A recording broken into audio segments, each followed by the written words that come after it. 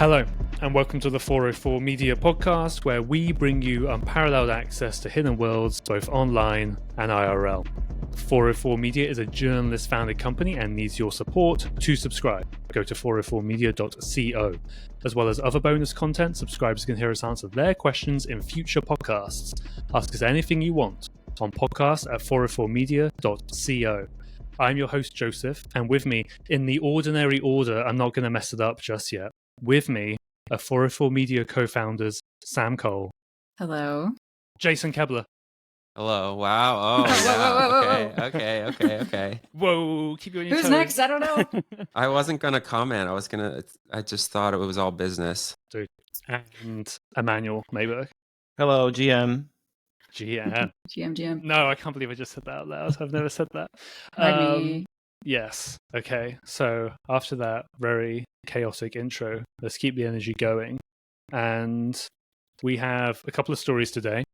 The first being from Sam, but I think we're all going to have some thoughts on this, is Bing is generating images of SpongeBob doing 9/11. A fantastic sentence. So you've made a bunch of these images, Sam, to show that Microsoft's own tool basically doesn't actually gel or fit with the company's own policies, right? Mm-hmm. Yeah. Before we get to the beautiful and bizarre creations you made, what were some of the other ones you saw? Because people were doing this on Twitter and online, right? What were some of the examples you saw? Yeah, so I first came across this someone on Twitter whose username I'm not going to try to pronounce, but I think you can go to the blog. I guess it's just Tolstoy BB. They were making Bing AI generated images of Neon Genesis Evangelion. I don't know if I said that right, but images of Eva pilots. You don't know, Joe? I would expect you to know for some reason. No. Not that I'm pegging you as like an Eva fan, but no, I don't say stuff out loud. I think it's Evangelion, actually. Yes, that's correct. We're gonna get fucking rinsed, man. I hope this so. Is gonna be bad. But you saw them making comment that, and tell me I'm wrong. I saw them making Eva pilots like doing a thumbs up in the cockpit of a plane, and like in the distance you can see the Twin Towers, and it's very clearly just like I don't know, anime characters doing 9/11. And I thought that was funny, obviously, and dark and weird. We had covered Bing censoring people being able to create Julius Caesar prompts. Like, you can't put Julius Caesar in a Bing image creator prompt without getting like blocked for some reason. Microsoft has these guardrails which seem at one point strange and arbitrary, then also understandable in some respects. That's definitely one of the weirder ones. But now here are people still doing weird ass stuff. People weird ass stuff will find a way. I of course immediately was like, I want to see during 9/11 is Kirby, my fave. And so the prompt that I did was I tried Kirby. It was like Kirby sitting in a plane flying toward the Twin Towers, and that wasn't allowed. World Trade Center wasn't allowed. Yeah, why wasn't it allowed? Because you included the specific landmark. The trigger word was Twin Towers. It was World Trade Center, 9/11. These are prompts that Microsoft itself has said you cannot include in the prompt. You can't include these phrases. So they've coded into that. You just ban these words altogether instead of just. Sure. Do we know? I think we'll get to this in a little bit, but maybe just briefly. Do we know why Microsoft, even generally, has banned those sorts of terms? I mean, those terms in particular, I asked them about it, and they gave me a really like sanitized PR answer about user safety. So they didn't answer the question directly. I mean, my thinking was like, why can't I generate an image of the World Trade Center? That's a place that exists right now. I've been to it recently. Right. Massive cultural and historical significance. Yeah, there's tons of like images of the World Trade Center out there having to do with 9/11, and not even the ones that have to do with 9/11 that show, the day. are everywhere in historical contexts. So yeah, I asked them why ban these words, and of course they didn't say. But violence is against their terms of use, things like that, harassment. So if you look at it, it's like you can almost imagine, yes, like a mass terror event is violence, obviously, but like Kirby sitting in a plane, smiling with New York in the background isn't violent. Right. So why was it banned when you say Twin Towers in the background? Right. So Microsoft banned those certain terms, and Kirby wasn't the only one. You sort of expanded to this beautiful ecosystem galaxy of other animated characters. Sorry, can I Imoja. interrupt Yes, here? go Because ahead. I think it's very important to say that Sam tested the thing, but Sam didn't manufacture the controversy that's happening here. It's like people were doing this already. Yeah. Right. Like people were generating images in this of this sort, and then we tested it to see if it worked. Yes. It's not like Sam saw that this thing was released and then was like, I'm gonna go fuck with it. Yeah. Which is also something that would be fine to do. It And would be we've fine to done. do, but and I mean we're gonna talk about it more in a subscriber pod, but like the main criticism that a bunch of idiots are giving right now is that journalists are just out there like manufacturing controversy, and that's not what we did. Right. And Yeah, you we saw people can- using a tool in a certain way, and we decided to test it for ourselves. So Yeah. And as Jason said, you can hear more of us chatting. I am going to guess pretty candidly about what we think about that and why we did it in a subscribers only podcast, which we are going to record immediately after this. But as to the images you generated for this story, Sam, you have the Kirby one, and then some other characters. Of course, mention what those characters were as well. But what were the prompts that let you get around Microsoft's sort of guardrails? So you could basically do any insert, proper noun, any name other than like existing historical people. Like you can't do Donald Trump in these prompts or Obama or any other people that exist because that's part of the Microsoft terms of use. But you could do Mario fly if the prompt was sitting in the cockpit of a plane flying toward two tall skyscrapers. And because the most famous two tall skyscrapers in the world were the Twin Towers, that's what Bing makes. Fascinating. Yeah. So we did Mario. I did Walter White because I was just like, will it do like a real person, like an actor, even though it's a fictional character? Did SpongeBob, obviously. No, Walter White's real. Yeah, historical. Walter White's real. Yeah, he's real. I know him. Somebody did Mpreg Sonic, which was really good. I saw people saw this and started making their own, and it was really a beautiful moment online. Sure. So what do you think this shows us? Not because there's almost the obvious thing, right?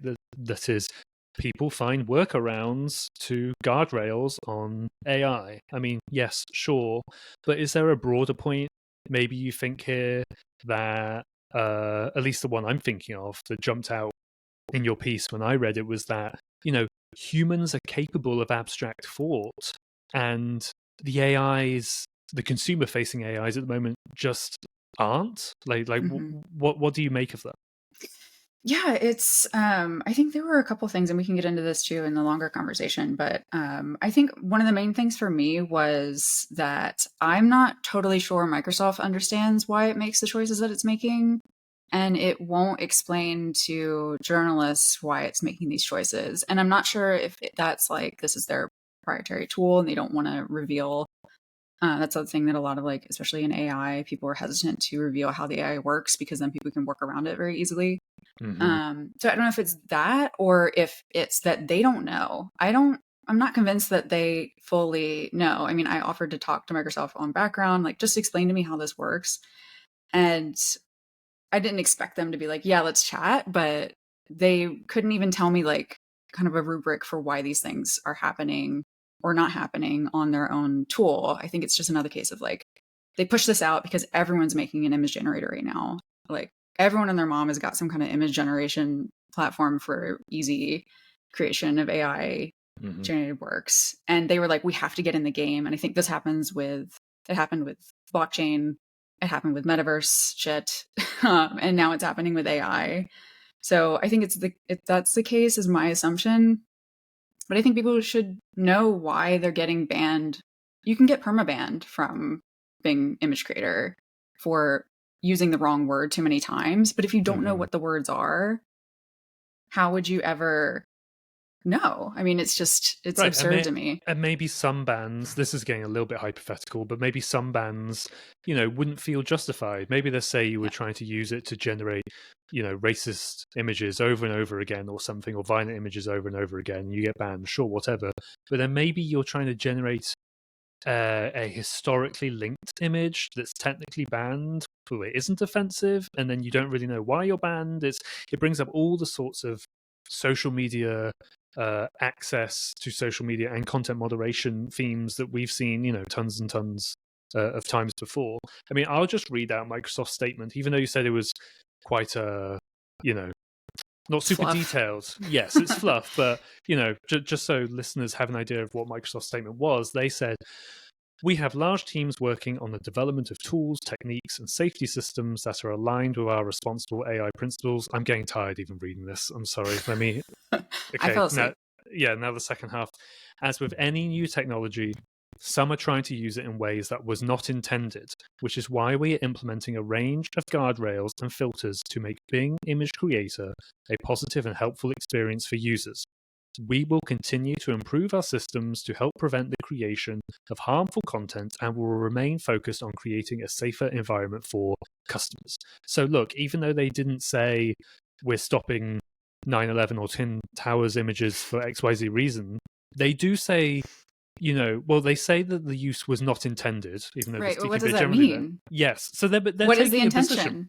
Right, exactly. And they haven't really elaborated upon that, apart from saying they don't want to have harmful content and that sort of thing. I think it's important to mention the early versions of Bing with ChatGPT, like when it first launched, people were writing prompts specifically to have Bing tell them what the rules were. As in, like, people were, quote unquote, hacking Bing to have it spit out what its guardrails were, because Microsoft wouldn't say, and people wanted to know. So they did the thing where you say, pretend that I'm your programmer, or pretend that your name is something different, and then talk through it until eventually a few people were able to get it to spit out these long documents about what its rules actually were. And then Microsoft was mad about that, and then they stopped they basically programmed that out of it. And I haven't kept up with what that community is doing right now, but to my knowledge, no one's been able to get Microsoft's current version of this AI generator to spit out what its rules are. Well, yes, and maybe the rules have changed, right? Since, and we don't know what they are, because clearly and they changed when we were writing the story. They changed between when that first person did the EVA pilots and when I did it. They were like, I could do, I think they said they could do World Trade Center. I see. So it was they were like, I think I have a lot of Microsoft people or OpenAI people following me, and maybe they saw it. So it was just it's changing so rapidly, and that's part of the problem. It's no one knows what's going on. Right. Moment to moment. Yeah, they're reacting to it in real time. We'll leave that story there, but as Jason and I mentioned, we're going to record a subscribers only podcast about this, and then another story that Manuel did about 4chan using AI to generate racist memes, and then sort of the stupid reaction to a lot of that. But we'll go long and candid on that.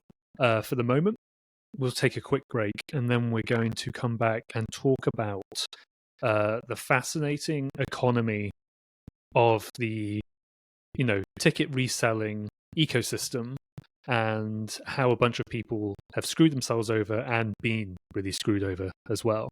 We will be right back after this.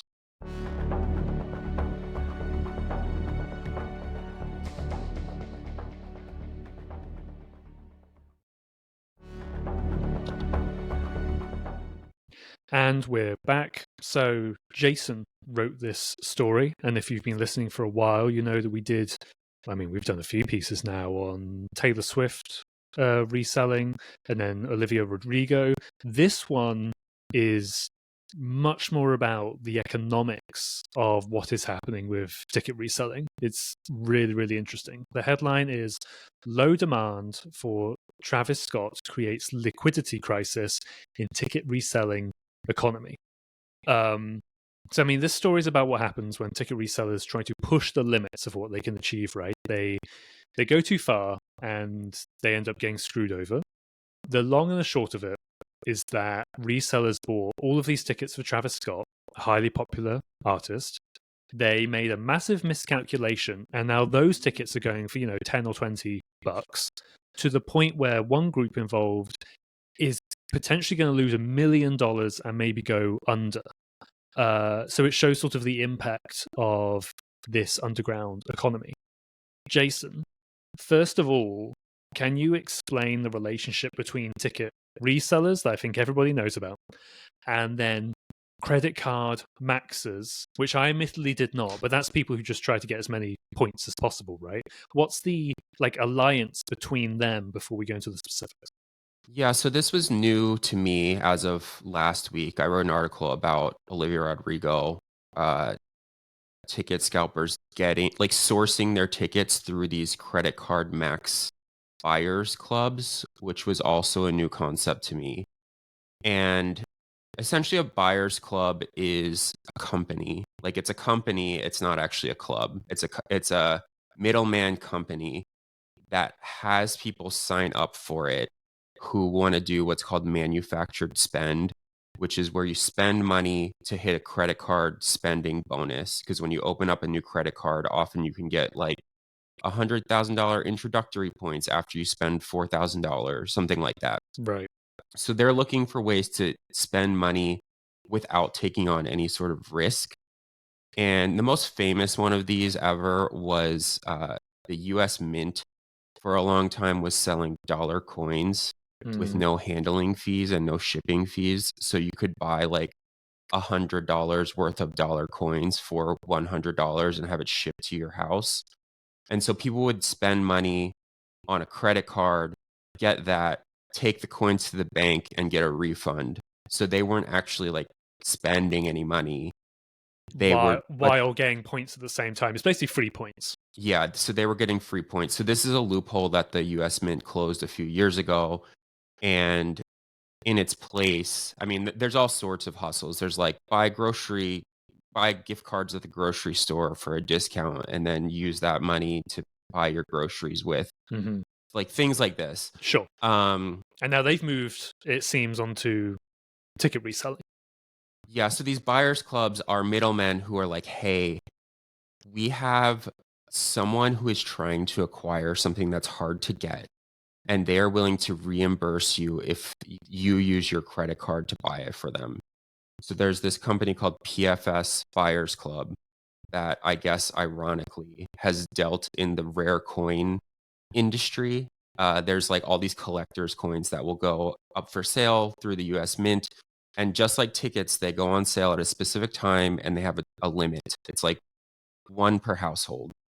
So this buyers club will send out emails to thousands of people who sign up for their service and say, hey, if you can get this coin, we will reimburse you for the coin and we'll pay you a commission on top of that coin. And then you have to mail the coin to our reseller, who then sells it on the rare coin market somewhere at a profit. Mm-hmm. So they recently pivoted into ticket scalping, which makes perfect sense because tickets are really expensive. You can spend tons of money on tickets. And then they're also, for really difficult shows, very hard to source. And there's also all these limits. So there's an advantage to having different credit cards with different addresses with different accounts. Right. So this company did it with Olivia Rodrigo, Taylor Swift, and then very recently with Travis Scott. Yes. And what exactly were the credit card maxers told to do? Were they just told to, hey, go buy a bunch of tickets, so we'll reimburse you? But what exactly was the pitch to them that they had to go do? The pitch was buy any Travis Scott ticket at any concert venue in the entire country, as long as that ticket is less than $300 face value, which is essentially all of the tickets were less than that. I think that maybe some of the platinum, like super fancy tickets were more than that, but like any normal ticket you would get on Ticketmaster costs less than that. And this club said, we will reimburse you and we'll give you a $25 per ticket commission. No limits, do whatever you want. So this club's been in business for, several years, has done all of these different deals. All the people I spoke to said that they're like, up on the up and up, like they reimburse you quickly, so on and so forth. So people saw this and they're like, I am going to buy as many tickets as I possibly can. Yeah. Why not? So there is that aspect of it. But then there were also people in the club who were like, oh, they're giving a $25 commission per ticket if I promise my tickets to them. Some people I spoke to said, I'm just going to keep the tickets for myself and get into ticket scalping on my own. Which is like frowned upon, right? In these clubs? It's frowned upon to see the deal and to sign up for the deal and then to not hold up your end of the bargain. Sure. It's like, I've seen some of the contracts they have, and sometimes they make you sign a contract and say, like, you promise to give this valuable asset. But in this case, some people got the emails and like, fuck the club, I'm just going to do it myself. So anyways, there's two groups of people, but basically what happened is the tickets went on sale, and I don't know what they were expecting, but let's say rather than getting 100 tickets, they got like thousands and thousands of them. I think it's fair to say, because I spoke to one guy who bought 123 tickets himself for $32,000. Wow. I spoke to another person who didn't go through the club, who bought $18,000 worth of tickets, who told me that he had never heard of Travis Scott in his entire life. And then just there's like a Telegram group that I joined for people who took part in this sale or this deal. And there's like 55 people in that group. So these are the people who bothered to join this Telegram group. And all of them are like, I bought dozens of tickets. Right. Almost all of them bought, dozens of tickets for thousands of dollars. The reason that this went south is that Travis Scott's, first of all, he added shows. So like he announced, so he doubled the stock in a lot of states, a lot of the concert venues. The second problem is that a lot of the shows didn't sell out, and the ones that did sell out, they were overbought by scalpers. Is sort of what it's called. So it's basically like he's playing these venues of 20,000 seats, so there's 20,000 tickets. Nominally, for a ticket to be worth more on the secondary market, they have to be hard to get. And for that to happen, you need more than 20,000 people who want to go to a show. Yes.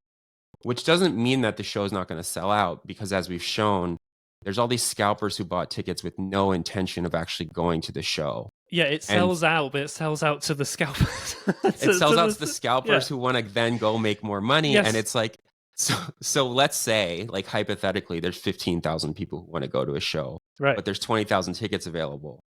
But 30,000 tickets are sold because half of everyone buying was a scalper. It's like, you then have 15,000 tickets that were sold to scalpers on the secondary market, selling to no one, because not enough people want to go. And so the effect that this has is that ticket prices plummet. Yes, exactly. Let me just sum that up. So you have all these people going out, told by this credit card maxing company, go buy a bunch of tickets. They go and do that, but it seems that the organic demand from fans for these Travis Scott shows isn't actually that high. So basically, not all, but an absolute ton of the tickets end up going to the resellers. And now that means that, like these people you spoke to, they've just dropped $30,000 on their own credit card to buy these tickets. And now the next bit is that PFS, I think you said the company is called, they are going to face their own crisis, because they're going to be like, well, we can't sell these at face value, so we may not be able to pay back all of those people who just bought it on their own credit cards. Is that right? Yeah, so I tried to talk to PFS. They did not respond to like 5 emails I sent them, but they have been talking to people who bought the tickets, and those people have been forwarding me their conversations. And PFS has told people they're going to lose over $1 million on this Right. because they want to keep their good name and not face like a massive lawsuit. So they are basically like, we're going to eat a bunch of money to reimburse you. I see. They said, we're not going to pay the commission, the $25 per ticket commission, because we can't afford to do that. Right. If we did that, we might have to go out of business. So then you have some people who are like, okay, I'm just thankful that theoretically I'm getting my money back, although a lot of people still haven't gotten their money back. But then you have other people who are like, fuck that. I was promised $25 a ticket and I bought 100 tickets. You owe me $3,000 on top of this. Mm-hmm. And they're talking about suing this company. They haven't yet, but you know, people I spoke to said we're talking to lawyers because we're very mad they didn't hold up their end of the bargain. Does do you think that has any sort of legal weight at all? I think it 1000% does. If you want to be like, you know, an asshole about it, it's like you have to click a button saying like, I promise to give you these tickets. And let's say that Travis Scott sold out, like there was demand and these were going to be profitable. That company would take the tickets and pay the commission and be happy about it. It's like, it's the company's fault. They told people to do this. Right. And then, you know, I don't think they had a contract for this situation, but they had like a terms of service, like click button, like you promised to give us these tickets. So there's some sort of contract there that is not being honored. Yeah. Or at least terms of service or something like that. Yeah. Yeah, like an implicit agreement or something where it's like, if it were me, I would be like, if I can get my money back or anything close to it, it's like lesson learned. I don't want to deal with this. But there are people who are like, no, that's not enough for me. I want my commission. Yeah. I mean, you mentioned lessons learned, and you do throw back in the piece to your own instance of when you tried to be a ticket reseller. We've mentioned this on the podcast before, but you know, there's some more specifics here. I think the reason you bring it up in the article because it's almost not identical, but you know, very, very close to what happened here, right? In that basically you made a bet on these tickets are going to go sell out, so I'm going to grab them first and then sell them for a profit, and that didn't happen. I mean, just briefly, what happened in your case, and how do you think that compares to what happened here? Yeah, so I did this in 2009, 2010 when I was in college. I didn't really have money, but I did have credit cards. So I was buying tickets all the time, trying to sell them. I had a few successes where I would make money. And then that obviously emboldened me and was like, okay, you're always trying to find the next hot thing. And I don't think it's any coincidence that this followed Taylor Swift Bonanza, like where people were making so much money. So I think that the coverage around that was like ticket scalpers. You can still think this, but it was like ticket scalpers are scum. They're making tons and tons of money. Like they didn't do anything to deserve this. And it's like, it's a gamble. It's a gamble for sure. And there's a lot of research that goes into determining whether a show is worth buying and reselling, which I'm not saying that means that scalpers deserve what they're doing. I'm saying straight up, if you don't do that research, you are going to get fucked very badly. Like and so for me, yeah. So I bought like 20 tickets or something to Nick Jonas, like one of the Jonas brothers, when he announced he was going to go on a tour. And all of Ticketmaster's marketing was like, he's playing these small, intimate venues, blah, blah, blah. The Jonas brothers were really big at the time.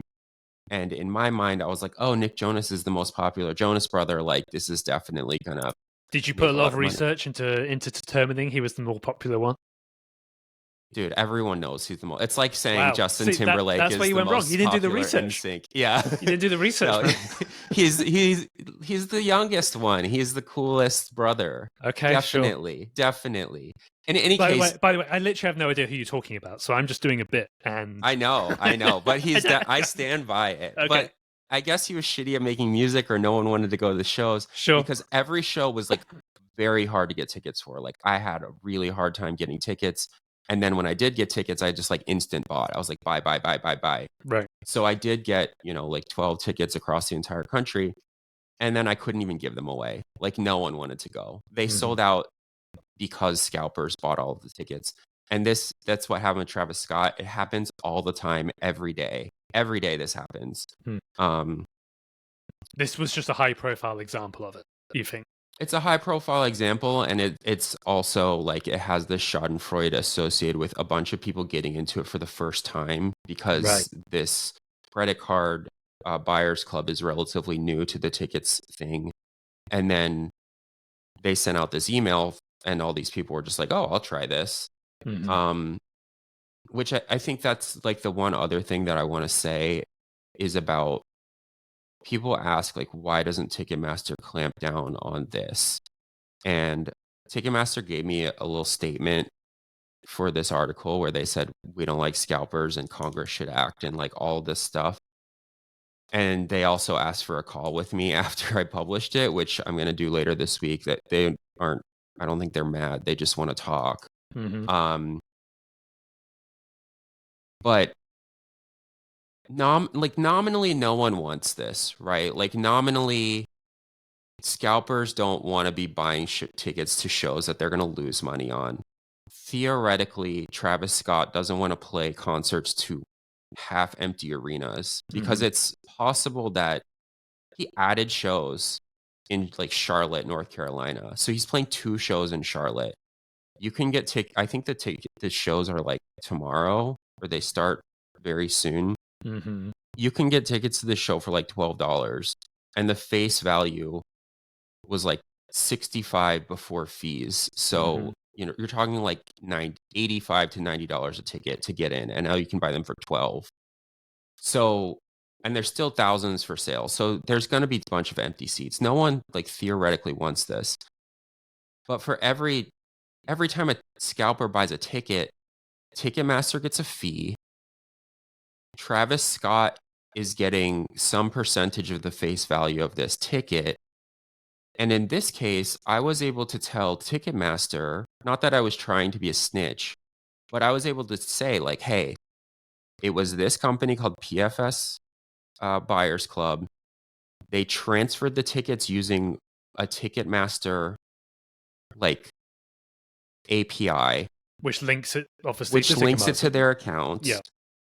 And you have people here who are willing to say that they bought the tickets specifically to resell them and specifically gave control of their accounts to like this ticket scalping company. It's like it's a violation of their terms of service, and it's not illegal, but it's like against Ticketmaster's rules. Mhm. So why doesn't Ticketmaster go in and cancel all those tickets? Why? Right.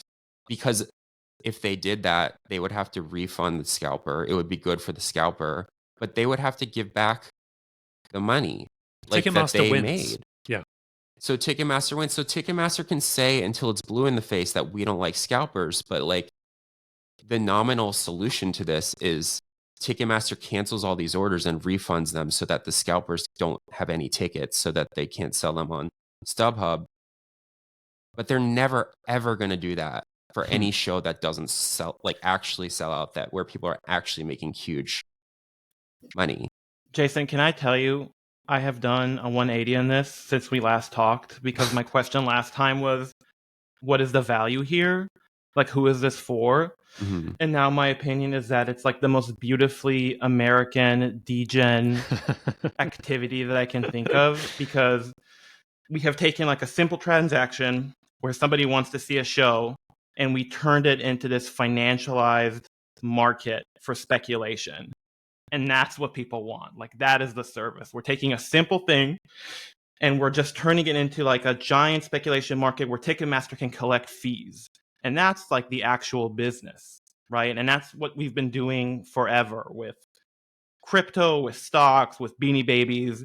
It's like, this is what it's all about. Like, this is the ultimate, yeah, like this is the ultimate Ticketmaster service, is creating a new market for speculation. Fascinating. Well, yes, yeah, I agree with you, and I kind of think that that's correct. Like, it's definitely correct, but I also think that when people are like, "Fuck scalpers, why do they exist?" I don't know what the solution is. Like, I just don't know what the solution is, because when you start thinking about Taylor Swift, it's like there's only one Taylor Swift, and these places are like finite. They're like SoFi Stadium in Los Angeles is finite. And so unless you want to do hologram shows everywhere, it's like Taylor Swift needs to play like 60 concerts in Los Angeles until the fans are sated, until like their thirst to see Taylor Swift is sated. And so you can't force these artists to play shows until everyone has the chance to see them, which is what some people do. It's what Garth Brooks does. Garth Brooks will announce one show in Oklahoma City. It's often Oklahoma City because he's from Oklahoma. He'll announce one show at the football stadium there. It will sell out on Ticketmaster, and another show will automatically be added the next day. And he keeps doing that until they stop selling out. Wow. And there's been instances of him playing like 25 shows in a row until everyone is happy, except the scalpers who bought for the first show, because they can no longer sell their tickets for, a higher price. So there's a very, very long way of saying, like, this is supply and demand. This is economics 101. You want to learn anything about economics, it's like the market is literally supply and demand. Finite supply, gigantic demand, like ticket prices go up. In Travis Scott, there's like an oversupply and an under demand, ticket prices go down. And it's like, I learned so much more just researching ticket scalping and doing this on my own than I ever learned in any like economics class. And I'm not saying that it's a good thing. It's like there's fundamentally a problem here where unless you're going to force artists to play shows infinitely until everyone is happy and everyone can afford to go and no one has to like be sad because their tickets errored out in the Ticketmaster thing, like, this is the system that we have, and any other system is going to make people mad for a variety of other reasons. All that said, it's like Ticketmaster is the middleman rent seeker, like injecting itself into this process. But that's just kind of how it is. And I'm like, sorry, but that's kind of how it is. That was the first seminar of 404 Media's new economic college university course, where you can sign up on 404media.co. No, obviously. Yeah. That all makes complete sense. Is that going to be it for ticket reselling for a bit, or do you have any more coming? I'm sure you'll revisit it at some point. Yeah, I mean, if anyone gives me some great tip or scoop or something, like maybe, but that was I was working on this for a little over a week and got a good tip, and so I don't have anything else planned for now, but we'll definitely revisit it next time there's some sort of disaster. Sure. So in about 3 or 4 days. All right. With that, I will play us out and we will go record our subscribers only podcast about our AI coverage. Please go subscribe if you want to listen to that. But other than that, Travis Scott tickets $6. $6 tonight. $6. That's insane. Are we going? We're going. As a reminder, 404 Media is journalist founded and supported by subscribers. If you wish to subscribe to 404 Media and directly support our work, please go to 404media.co. You'll get unlimited access to our articles and an ad-free version of this podcast. Another way to support us is by leaving a 5-star rating and a review. Here is one of those reviews from Othun4. I've never seen Joseph Cox this happy and I'm very proud of him.